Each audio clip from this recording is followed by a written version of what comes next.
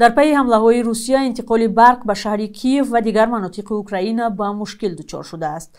گروه‌های تعمیرگر تلاش دارند که خطهای برق رسانی و زیرایستگاه‌های آسیب دیده را زودتر برقرار کنند.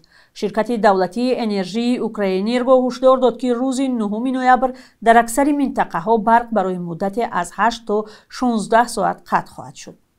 بر اثر حمله‌های روسیه در روز 7 نوامبر دست کم 7 نفر کشته و شماره نامعلوم زخمی شده است. ولادیمیر زلنسکی پرزیدنت اوکراین از کشورهای همپیمانش دعوت کرده است که فشار بر روسیه را بیشتر کنند تا از خرابکاری دست کشد.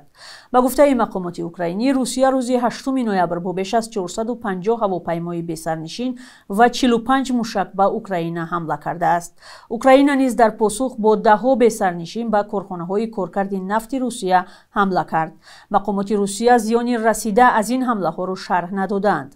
روسیه نزدیک به 4 سال است که به دلیل ضد اوکراین می جنگد و سربازان ارتش این کشور هزاران بیگناه را کشته، باعث فرار میلیون ها اوکراینی از وطنشان شدند.